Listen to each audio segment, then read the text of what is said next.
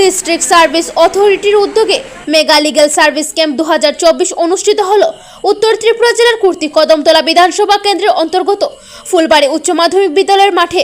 প্রশাসনিক বিভিন্ন সুযোগ সুবিধা জনগণের দ্বারগোড়ায় পৌঁছে দেওয়ার লক্ষ্যে আয়োজিত মেগা লিগ্যাল সার্ভিস ক্যাম্পে উপস্থিত ছিলেন লিগ্যাল সার্ভিস অথরিটির সম্পাদক Rajashree Chakraborty, district and session জজ অংশুমান দেববর্মা, মহকুমা শাসক শ্যামজয় জামাতিয়া, উত্তর ত্রিপুরা জেলার অতিরিক্ত পুলিশ সুপার জেরেমিনা ডালং, ফুলবাড়ি উচ্চ মাধ্যমিক বিদ্যালয়ের প্রধান শিক্ষক সহ অন্যান্য অতিথিবর্গ। এই শিবিরে PRTC, income certificate, birth certificate, Aadhaar card, Ayushman card ইত্যাদি জরুরি কিছু পরিষেবা নেবার সুযোগ সুবিধা হয় আজকের এই ক্যাম্পে। প্রতিটি দপ্তরের আধিকারিক সহ কর্মীগণ উপস্থিত ছিলেন। আজকের শিবিরে উপস্থিত বিশিষ্টজনেরা কয়েকজন হুইল চেয়ার এবং কানে শোনার যন্ত্র প্রদান করেন। মেগা লিগ্যাল সার্ভিস ক্যাম্পে পরিষেবা নিতে এলাকার জনগণের উপস্থিতি ছিল লক্ষণীয়। Bureau report, Shyamali, Tripura.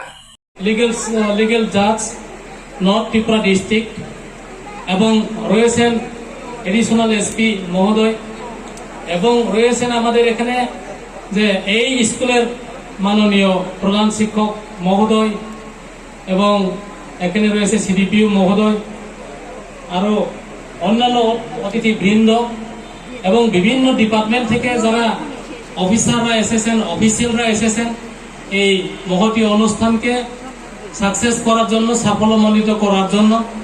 এবং আপনারা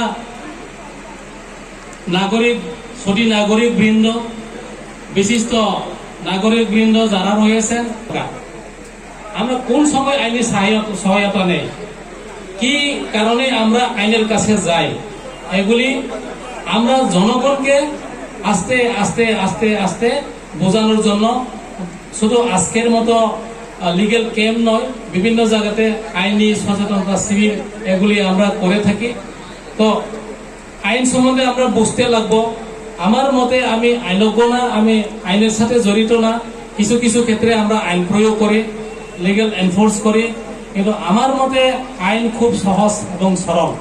যে বেশিরভাগ মানুষের যে সুবিধা, বেশিরভাগ মানুষের যে কল্যাণ, এটাকে এনফোর্স করা, দ্যাট ইজ আইন।